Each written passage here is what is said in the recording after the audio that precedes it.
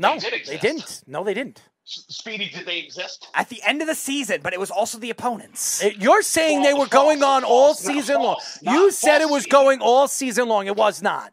It was not. It was. I sent you the chart when they had. I don't believe that. Who wrote that story? The same guy that writes against the Yankees every single time. Every story that guy posts up is against the Yankees. Every single thing he does. Everything. That's what he gets paid for. He gets paid to point things and throw the Yankees under the bus. I've read a ton of stories by that guy when we were talking about it. I read his stories. He is all about attacking the Yankees. You do realize that the reporter is not the one that came up with the evidence. It was a physicist. Oh, I'm sorry. And how does that physicist knows that? How does he know that?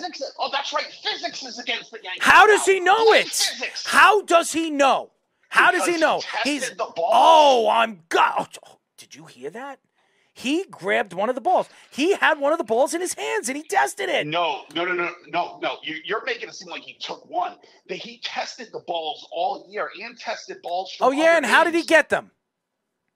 Major League Baseball gave them to him. Oh, so Major League Baseball gave him balls, and he tested them, and so he gave information to a writer so he can throw Major League Baseball under the bus? That makes sense. See, this is what you that makes do, right? sense. You're making believe it didn't happen. Even Speedy says it happened. There were 5 different baseballs used throughout the year, types.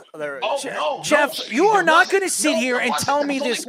Jeff, there's no way. There's no way Major League Baseball let this physicist take these balls, test them, and then let somebody write about it. Hey, you know what? We're helping the Yankees. We're going to cheat. It was part of an independent study that was done. I don't believe it. And by the way, it's not like baseball hasn't turned a blind eye to things before. You're making believe that baseball hasn't done things like that. No, they have. That was actually one of the first debates we had when I was first here.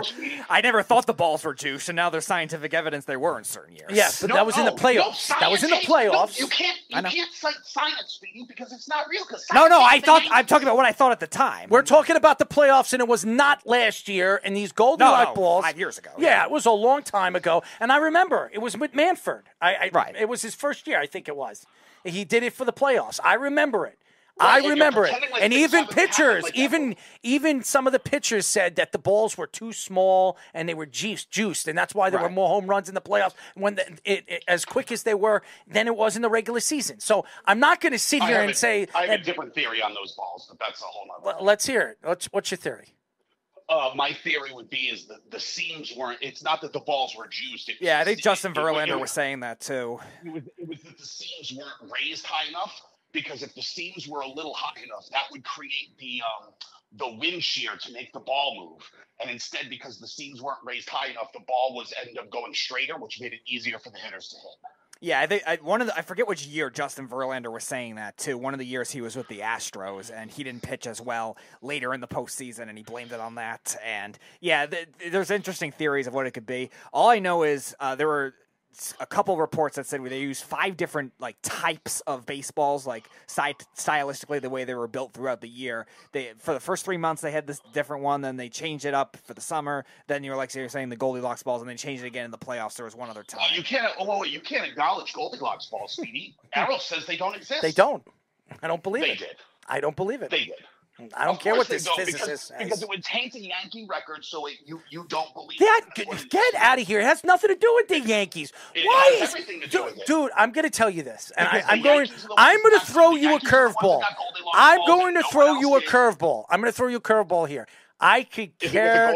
No, I could care less if the Yankees win or lose, buddy. I could care less. But that's not true. That is true.